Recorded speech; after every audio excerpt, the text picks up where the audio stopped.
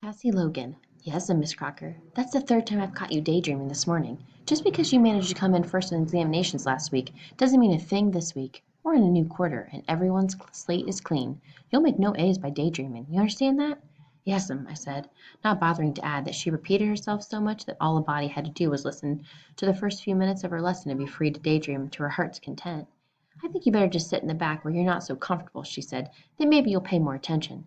But Miss Crocker raised her hand, indicating that she did not want to hear another word, and banished me to the very last row in front of the window. I slid onto the cold seat after its former occupant had eagerly left it for my warm quarters by the stove. As soon as Miss Crocker turned away, I mumbled a few indignant phrases, then hugged my Christmas sweater to me. I tried to pay attention to Miss Crocker, but the cold creeping under the window sill made it impossible. Unable to bear the draught, I decided to line the sill with paper from my notebook. I ripped out the paper, then turned to the window. As I did, a man passed under it and disappeared. The man was Caleb Wallace. I raised my hand. Miss Crocker, may I be excused, please? Ma'am, I gotta, well, you know. As soon as I had escaped Miss Crocker, I dashed to the front of the building. Caleb Wallace was standing in front of the seventh grade class building, talking to Mr. Wellever and two white men whom I couldn't make out from where I stood. When the men entered the building, I turned and sped to the rear and carefully climbed onto the woodpile stacked behind it. I peeked cautiously through a broken window into Mama's classroom. The men were just entering, Caleb Wallace first, followed by a man I didn't know, and Mr. Harlan Granger. Mama seemed startled to see the men, but when Mr. Granger said, "Been hearing about your teaching, Mary, so as members of the school board we thought we'd come by and learn something," she merely nodded and went on with her lesson. Mr. Wellever left the room, returning shortly with three folding chairs for the visitors. He himself remained standing. Mom was in the middle of history, and I knew that was bad. I could tell Stacy knew it too. He sat tense near the back of the room, his lips very tight, his eyes on the men.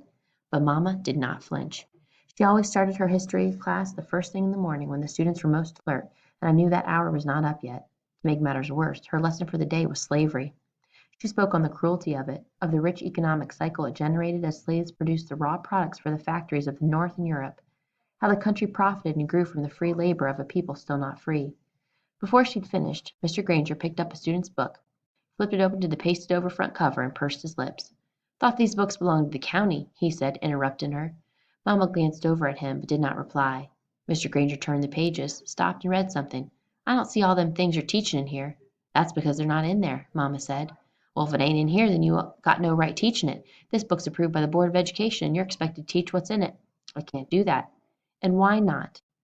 Mama, her back straight and her eyes fixed on the men, answered, "Because all that's in that book isn't true." Mr. Granger stood. He laid the book back on the student's desk and headed for the door.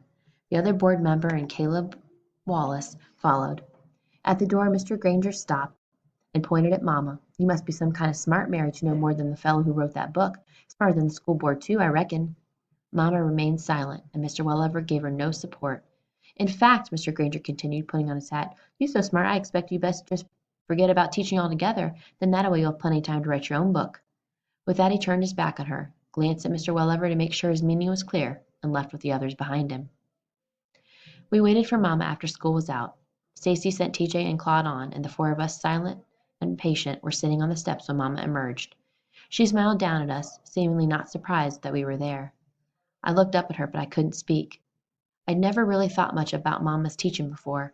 That was just a part of her being Mama. But now that she could not teach, I felt resentful and angry, and I hated Mr. Granger. "You all know?" she asked. We nodded as she slowly descended the stairs. Stacy took one handle of her heavy black satchel, and I took the other. Christopher John and Little Man each took one of her hands, and we started to cross the lawn. "Mama," said Christopher John when we reached the road, "can't you ever teach no more?" Mama did not answer immediately. When she did, her voice was muffled. "Somewhere else, maybe, but not here. At least not for a while." "But how's come, Mama?" demanded Little Man. "How's come?" Mama bit her lower lip and gazed at the road. "Because, baby," she said finally, "I taught things some folks just didn't want to hear." When we reached home, Papa and Mr. Morrison were both in the kitchen with Big Ma drinking coffee. As we entered, Papa searched our faces. His eyes settled on Mama. The pain was in her face. "What's wrong?" he asked. Mama sat down beside him. She pushed back a strand of hair that had worked its way free of her chigon, but it fell back into her face again and she left it there. "I got fired." Big Ma put down her cup weakly without a word. Papa reached out and touched Mama, she said. Harlan Granger came to the school with Caleb Wallace and one of the school board members. Somebody had told them about those books I'd pasted over, but that was only an excuse. They're just getting us at us any way they can because of shopping in Vicksburg. Her voice cracked. What do we do, David? We needed that job. Papa gently pushed the stray hair back over her ear. We'll get by. Plant more cotton, maybe, but we'll get by. There was quiet reassurance in his voice. Mama nodded and stood. Where you going, child? Big Ma asked. Outside. I want to walk for a bit. Christopher John, little man, and I turned to follow her, but Papa called us back. Leave your mama be, he said. As we watched her slowly cross the backyard to the barren garden and head toward the south pasture, Mr. Morrison said, You know we're with you here, Mr. Logan. You got no need of me. You know with you here, Mr. Logan, you got no need of me. Maybe there's work to be had around here. Maybe I could get something. Help you out. Papa stared across at Mr. Morrison. There's no call for you to do that, he said. I'm not paying you anything as it is. Mr. Morrison said softly, I got me a nice house to live in, the best cooking a man could want, and for the first time in a long time, I got me a family. That's right good pay, I'd say. Papa nodded. You're a good man, Mr. Morrison, and I thank you for the offer, but I'll be leaving in a few weeks, and I'd rather you was here. His eyes focused on Mama again, a tiny figure in the distance now. Papa, rasped Christopher John, moving close to him. Mama gonna be all right? Papa turned and putting his arm around Christopher John drew him ever near. Son, your mama, she's born to teaching like the sun is born to shine, and it's going to be hard on her not teaching anymore. It's going to be real hard because ever since she was a wee bitty girl down in the Delta, she wanted to be a teacher. And Grandpa wanted her to be one too, didn't he, Papa? Said Christopher John. Papa nodded. Your mama was his baby child, and every penny he'd get his hands on he put it aside for her schooling. And that wasn't easy for him either, because he was a tenant farmer and he didn't see much cash money. But he'd promise your grandmama, before she died, to see that your mama got an education, and when your mama come high school age, he sent her up to Jackson to school, then on to teacher training school. It was just 'cause he died her last year of schooling that she come up here to teach instead of going back to the Delta. And y'all got married and she ain't gone back down there no more, interjected little man. Papa smiled faintly, little man, and stood up. That's right, son. She was too smart and pretty to let get away. He stooped and looked out the window again, then back at us. She's a strong, fine woman, your mama, and this thing won't keep her down, but it's hurt her bad. So I want y'all to be extra thoughtful for the next few days and remember what I told you, you hear? Yes, sir, Papa, we answered. Papa left us then and went on the back porch. There he leaned against the porch pillar for several minutes, staring out toward the pasture. But after a while he stepped into the yard and crossed the garden to join Mama. TJ, you sure? Stacy asked little Willie Wiggins at recess the next day. Little Willie nodded morosely and answered, Heard it myself. Clarence, too, was standing right upside him at the store when he told Mr. Caleb. Come talking about how Miss Logan failed him on purpose, and then said she wasn't a good teacher and that she the one stopped everybody coming up that store. Said she was even destroying school property, talking about them books, you know. Who's going to take him? I cried. Hush, Cassie, said Stacy. How come you just telling this now, little Willie? Little Willie shrugged. Guess I got fooled by old TJ, Clarence and me. We told him we was going to tell it as soon as we left the store, but TJ asked us not to do it. Said he was going right back and tell them it wasn't nothing but a joke, what he said, and he went back too, and I thought nothing was going to come of it. He hesitated and confessed. Didn't say nothing about it before, 'cause me and Clarence wasn't supposed to be up there ourselves. But then here come Mr. Granger yesterday and fires Miss Logan. I figure that's TJ's doing. He probably figured it too, I said. That's why he ain't in school today. Talking about he's sick, said Christopher John. If he ain't now, he gonna be, prophesied little man, his tiny fist balled in for action. Round here telling on Mama. After school, when Claude turned up the forest trail leading to the Avery house, we went with him. As we emerged from the forest into the Avery yard, the house appeared deserted, but then we spied TJ, lazily swinging straddle-legged atop an inner tube hanging from an old oak in the front yard. Stacy immediately charged toward him, and when TJ saw him coming, he tried to swing his long right leg over the tube to escape. He didn't make it. Stacy jumped on him and the inner tube, giving them both a jerky ride before they landed hard on Mrs. Avery's azalea bush. Man, what's the matter with you? TJ cried as he rolled from under Stacy to glance back at the flattened bush. My mom's gonna kill me when she sees that bush. Stacy jumped up and jerked at TJ's collar. Was you the one? Did you do it? TJ looked completely bewildered. Do what? What are you talking about? Did you tell it? You tell them Wallaces about Mama? Me? Asked TJ. Me? I mean, you ought to know me better than that.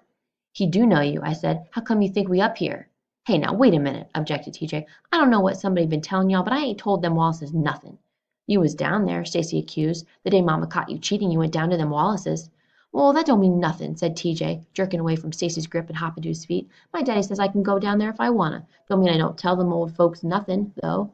Heard you told him all sorts of things, like Mama didn't know nothing, that she wasn't even teaching what she's supposed to. Didn't either, denied TJ. I never said that. All I said was that it was her.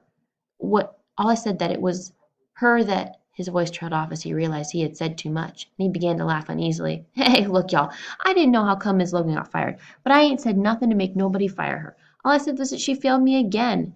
Fellow got a right to be mad about something like that, ain't he? Stacy's eyes narrowed upon TJ. Maybe, he said, but he ain't got no right going running his mouth off about things he ain't supposed to be told. TJ stepped backward and looked nervously over his shoulder to the south, where the fields lay low. The rutted wagon trail which cut through the fields leading from the distant Granger mansion revealed a thin woman stepping briskly towards us. TJ seemed to take heart from the figure and grew cocky again. Don't know who's been telling, but it ain't been me. A moment's silence passed, and then Stacy, his eyes cold and condemning, said quietly, It was you all right, TJ. It was you. Then turning, he motioned us back toward the forest. Ain't you going to beat him up? Cried a disappointed little man. What he's got coming to him is worse than a beating, replied Stacy. What could be worse than that? Asked TJ. You'll see, Stacy, and so will TJ. TJ's first day back at school, after almost a week's absence, was less than successful. Avoiding us in the morning, he arrived late, only to be shunned by the other students.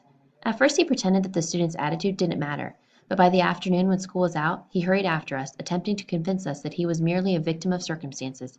Hey, y'all ain't gonna hold what little Willie said against me, are you? He asked. You still saying what Lily said ain't true? Questioned Stacy. Yeah, he exclaimed. When I catch up with that little rascal, I'm gonna beat him to a pulp around here telling everybody got Miss Logan fired. Nobody even speaking to me no more. Little Willie probably told them Wallace that himself, so he figures he'd get out of it by telling everybody it was. Ah, stop lying, TJ, I said testily. Don't nobody believe you. Well, I shouldn't have known you wouldn't, Cassie. You never liked me no way. Well, anyway, that's the truth, I agreed. But, said TJ, grinning again and turned toward little man and Christopher John, my little buddies, Christopher John believes me, don't you, fellow? You're still my pal, ain't you, little man? An indignant little man looked up at TJ, but before he could speak, easygoing Christopher said, You told on Mama, TJ. Now she's all unhappy because she can't teach school no more, and it's all your fault, and we don't like you no more. Yeah, added little man in agreement. TJ stared down at Christopher John, not believing that he had said that. Then he laughed uneasily. I don't know what's gotten into folks. Everybody's gone crazy. Look, said Stacy, stopping. First you run off with the mouth to them Wallaces, and now you blame little Willie for what you done. Why don't you just go admit it was you? Hey, man, TJ exclaimed, grinning his easy grin. But then finding that grin and the smooth words no longer worked, his face dropped. Oh, all right. All right. So maybe what if I did say something about Miss Logan? I can't even remember saying nothing about it. But if both little Willie and Clarence said that I did, then maybe I did. Anyways, I'm real sorry about your mom losing her job, and all of us, including Claude, stared distastefully at TJ and walked away from him. Hey, wait. I said I was sorry, didn't I? He asked, following us. Look, what's a fellow got to do anyway? Hey, y'all, look at this. Here. It's still old TJ. I ain't changed. Y'all can't just turn on me just 'cause. You the one that turned, TJ, Stacy called over his shoulder. Now leave us alone. We don't want no more to do with you. TJ, for the first time, comprehending that we were no longer his friends, stopped. Then, standing alone in the middle of the road, he screamed after us. Who needs y'all anyway? I've been tired of y'all always hanging around for a long while now, but I've been too nice to tell you. I should have known better. What do I look like, having a bunch of little kids running around all the time? Me here 14 near grown. We walked on, not stopping. Got me better friends than y'all. They give me things and treat me like I'm a man, and they white too. His voice faded into the wind as we left him and heard no more.